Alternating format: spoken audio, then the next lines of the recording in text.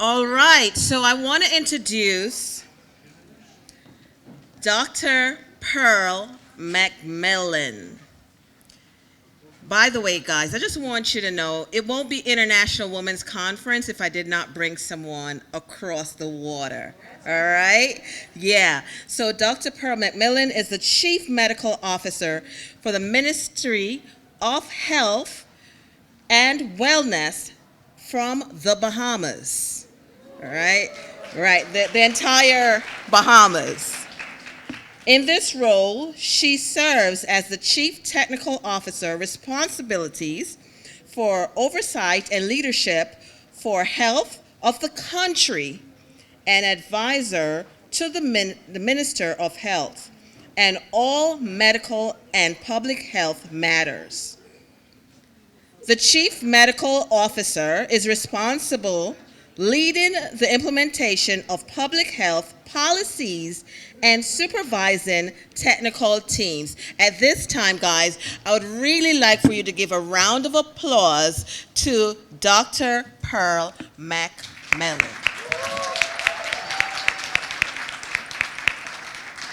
She's been here from morning. I told her I'd come and pick her up at lunch. She says, oh no, I want to experience everything.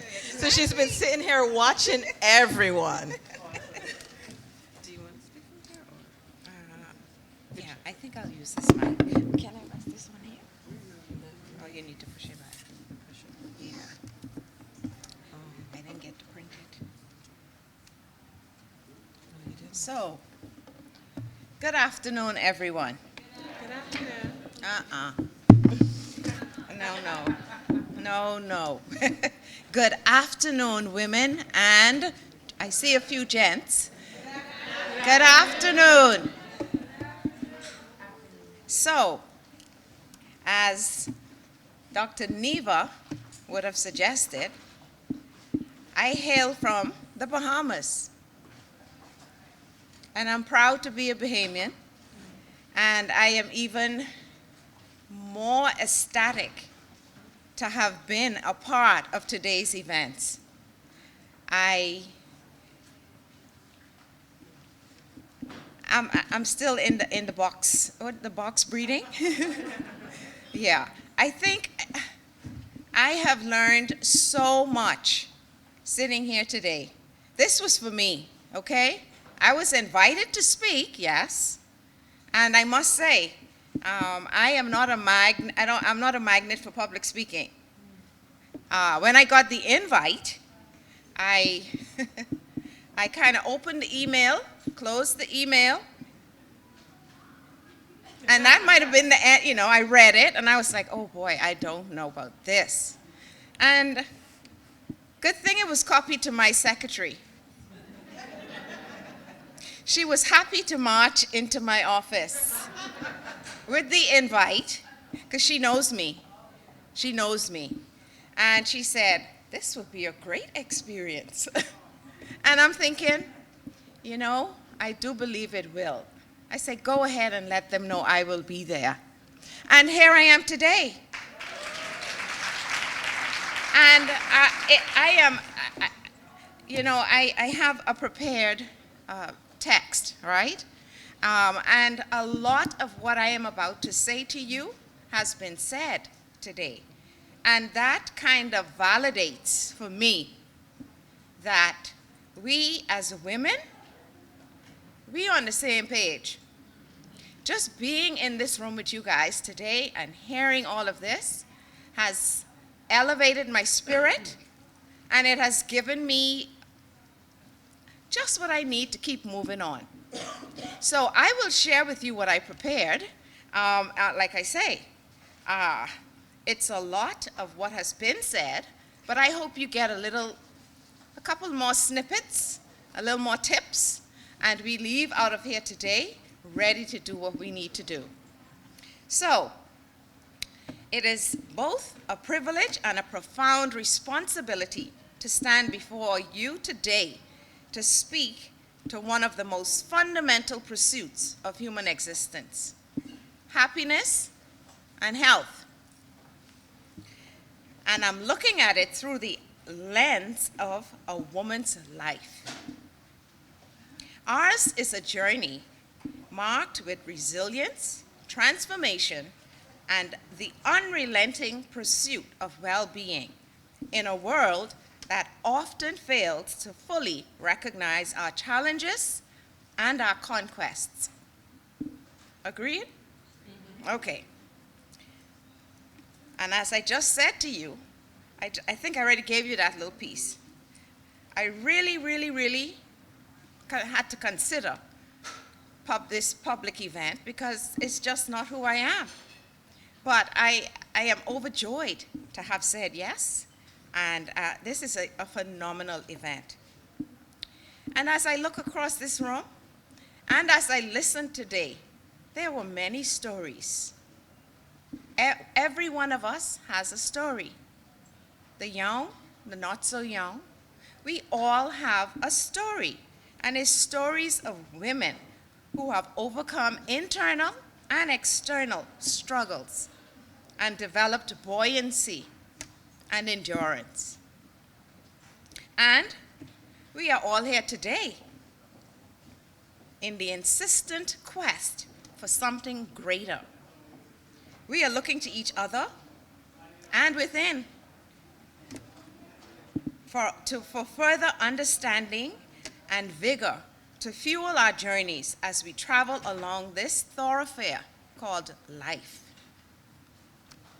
In preparing to speak to you, I looked for insight on the theme for today.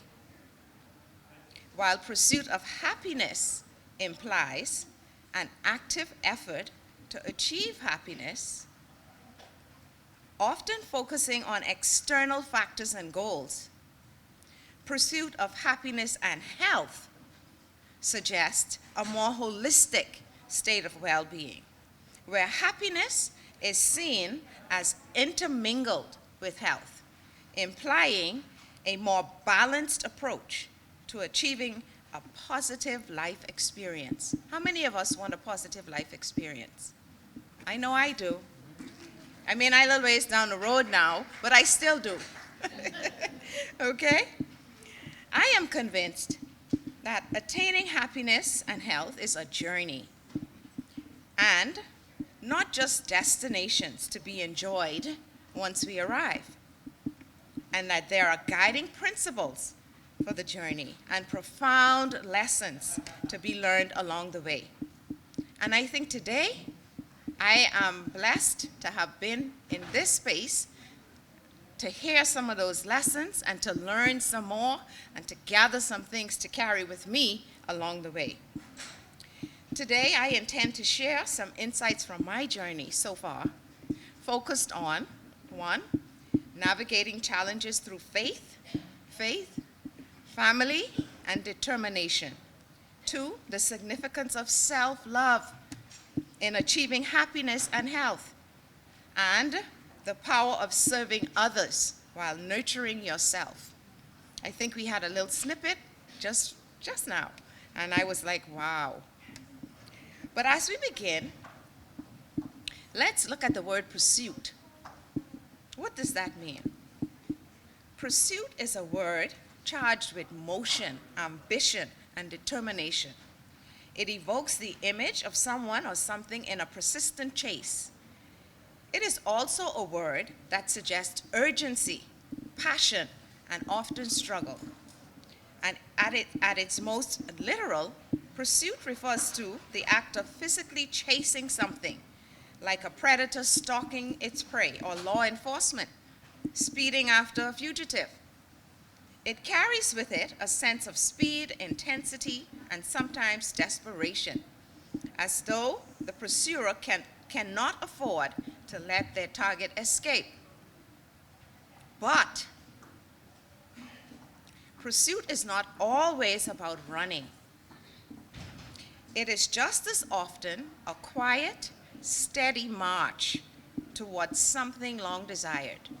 So it don't have to be no fast race. It could be you moving just at a steady pace towards something desired. We are exploring the pursuit of happiness and health today.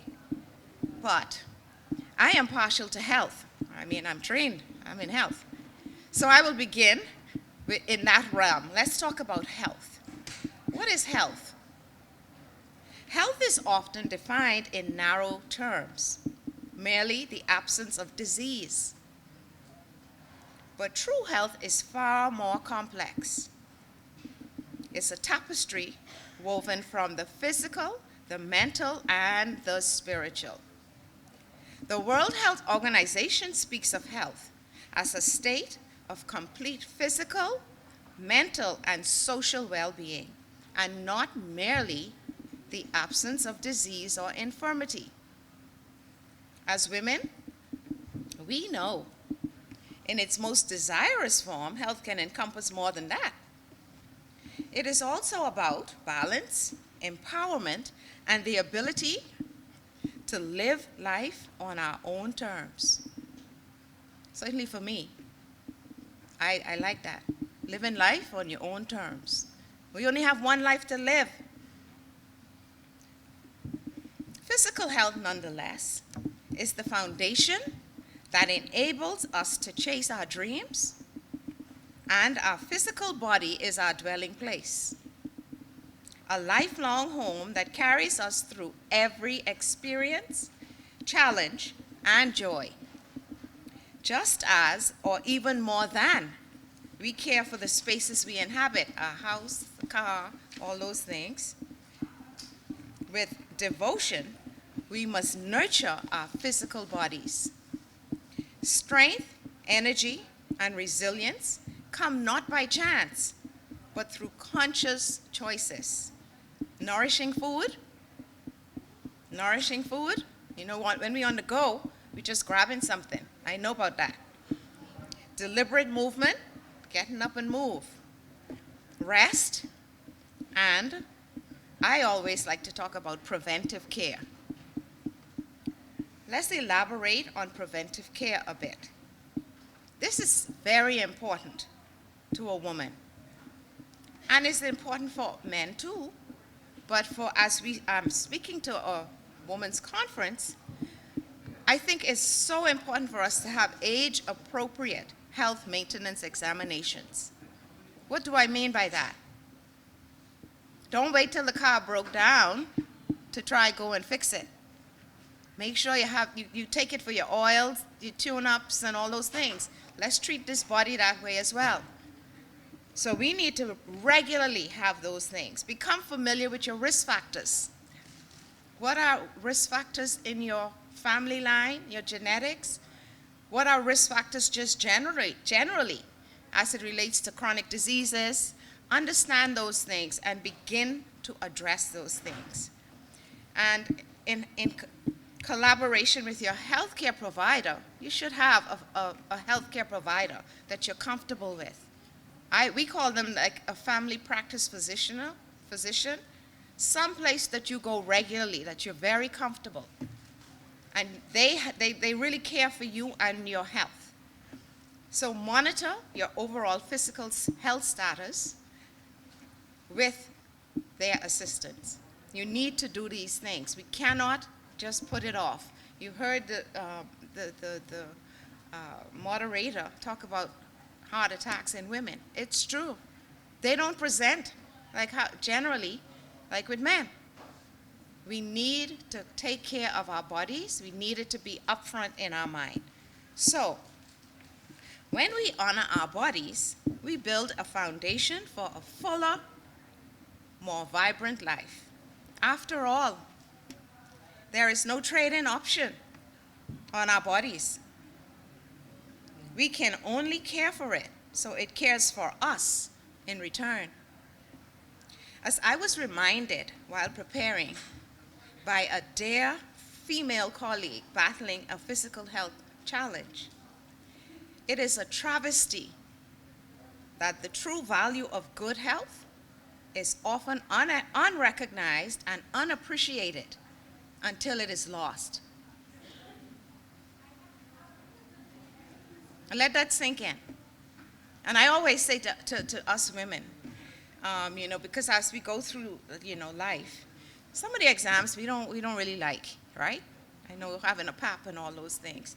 But I always say, if you have the equipment, You need to go check. You need to check regularly, okay? Oh, but I ain't this, I ain't that. You need to go.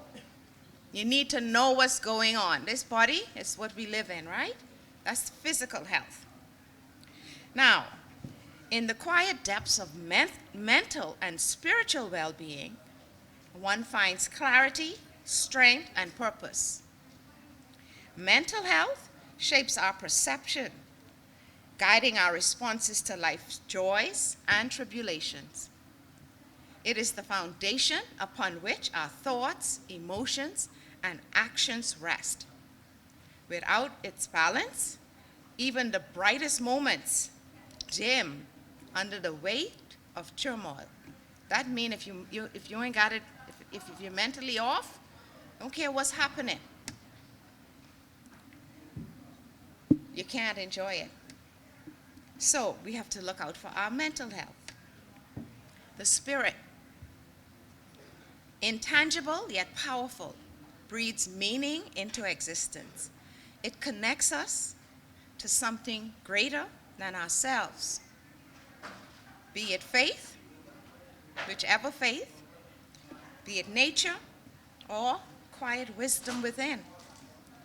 When nurtured, the spirit offers strength in adversity, a compass in uncertainty, and peace amid chaos. To care for the mind and spirit is not indulgence, but necessity. That means take time to care for your mind health, your mental health, and that spirit from within. And not surprising, physical, mental, and spiritual health are interconnected, meaning that a positive state in one area can positively impact the others. And conversely, a decline in one area can negatively affect the others. Essentially, they all work together to contribute to overall well-being. With practices like exercise, improving mental clearness. When you go out there and you run or you jump and you move, you get a little something, you know? Hey, I'm talking to me too, because I need to get back on my treadmill. A sense of purpose from spirituality, aiding in stress management. We just heard when you could go to that place of calm within, spirituality. It helps with stress. A healthy mind supporting positive lifestyle choices and physical health. So they are all interconnected. They are not hanging out, in separate spaces. They're all interconnected, body, mind, and spirit. In their harmony, we find the truest form of wellness, the ability to live, love, and rise beyond the storms. And there's so many storms around lately. Oh, okay. There are many. This is what life is about, right? This journey of life. They always say if you ain't just coming out of something, how they say it? If you ain't in it, you're either moving into it or you're just coming out of it. These things happen. This is life. So what about happiness? What does it truly mean? Have you ever sat and thought, what is happiness? Okay, preparing for this caused me to go deep, okay? What does it truly mean?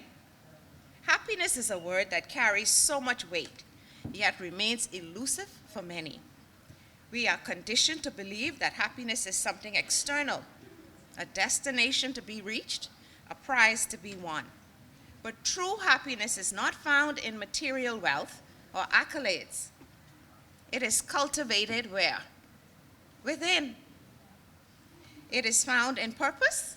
When you know your purpose and you're moving, I heard so many women allude to that today.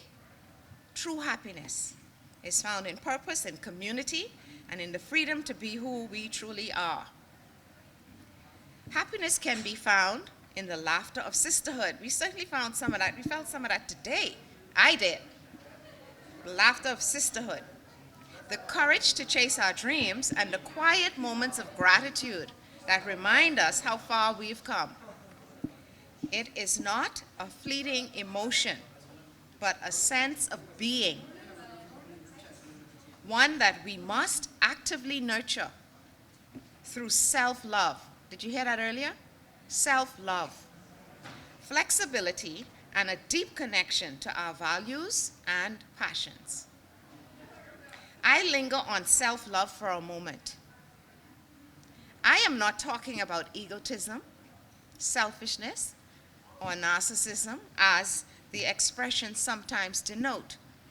I am referring to the practice of recognizing your worth, honoring your needs, and treating yourself with the kindness and care that you extend to others. How many of us don't do that? Okay, I ain't ashamed to put up my hand. I could tell you, this is very important. I heard that my sister there talking about it, and I was like, oh, I hear you, I feel you. Okay? This is not a luxury, it is a necessity. Self-love is not about arrogance or selfishness. Rather, it is about cultivating a deep respect for yourself, physically, emotionally, and mentally. True self-love also means setting boundaries, not being afraid to say no. I heard the song that this lovely young lady sang. I was on the tip of my chair. Don't be scared to say no. I heard someone else talk about it too. I used to be scared. Like everything they ask you, yes, I gotta go, no. And they had me anxious. Now it's like a no. And in some instances, a hard no. No, okay, let's keep going. I have a time constraint. It means speaking kindly to yourself, prioritizing your well-being, and making choices that align with your values and happiness. It is the foundation of fulfilling a healthy life, allowing women to show up, I like this piece, to show up as their best selves, not just for others, but for themselves.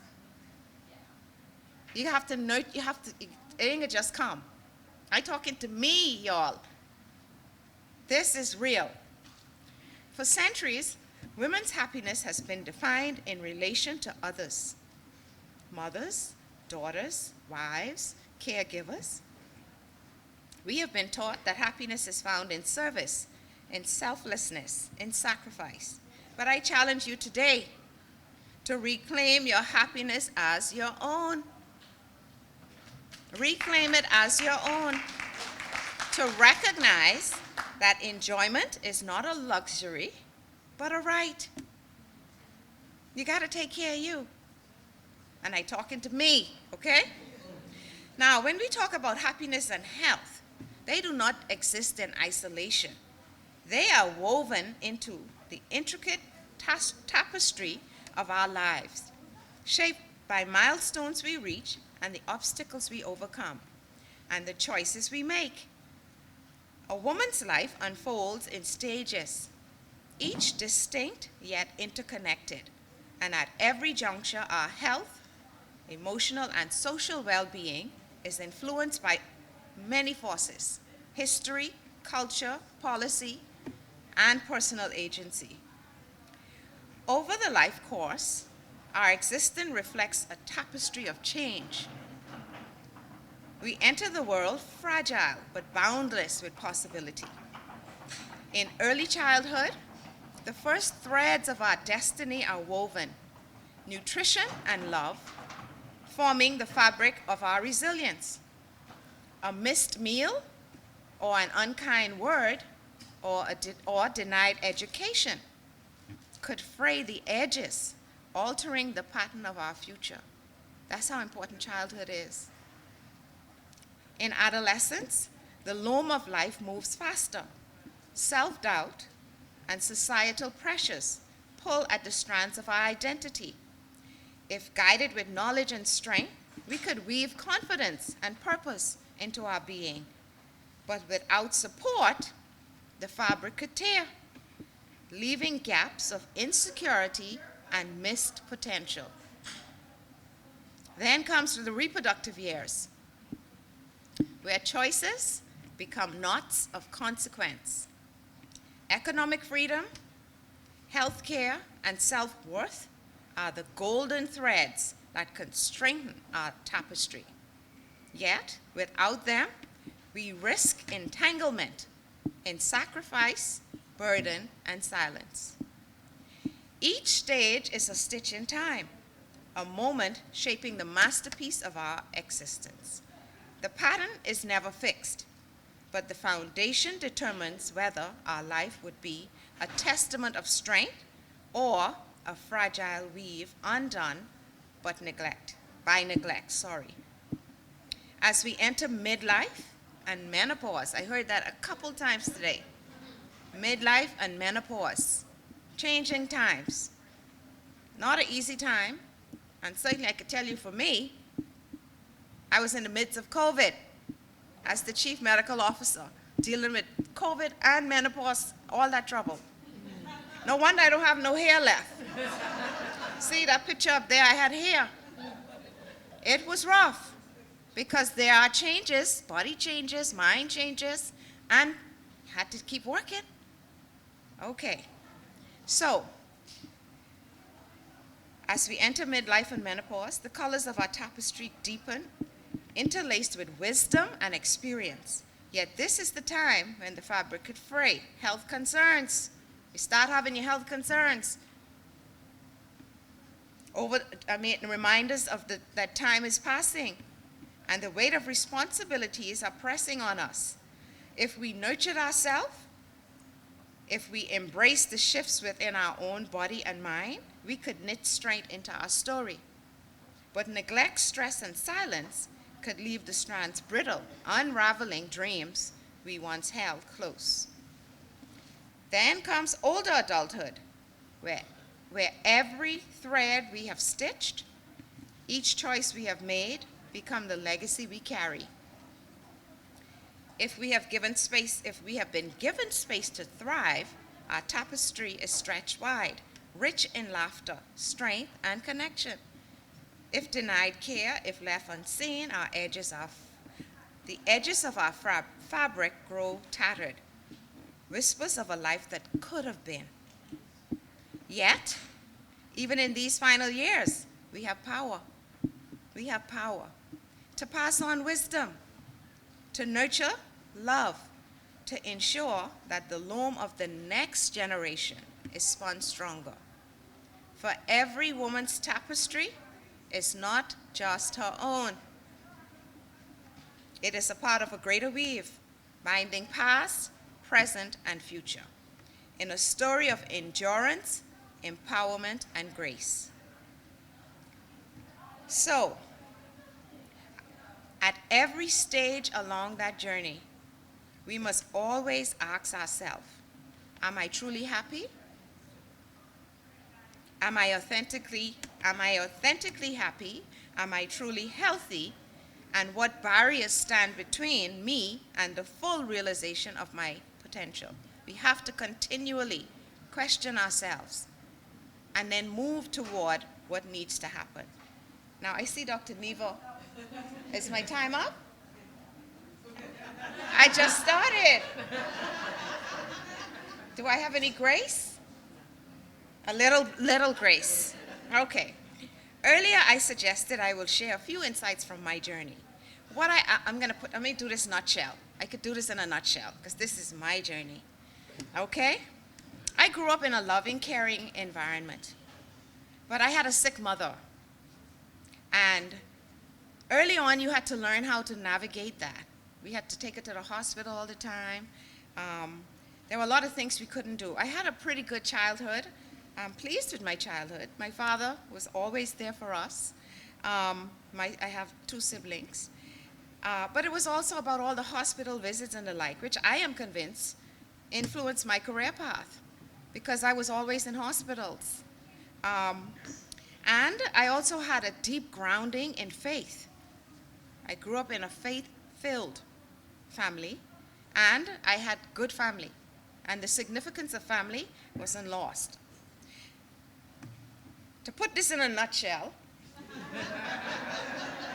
When I was about 14, my mom passed. And I remember that night, you know, that was the last hospital visit when my dad came back and said, okay, she's not coming back. And I think that just changed, that changed my whole trajectory in my mind. Because it's like the grief, dealing with all of that, still in high school, I took it with me into college and beyond. I do believe I am still processing and moving through. But it didn't stay. It got softer, but it's still in the background, you know? So as I went into college, though, I started in my pre-med. I started in pre-med. But I wasn't focused.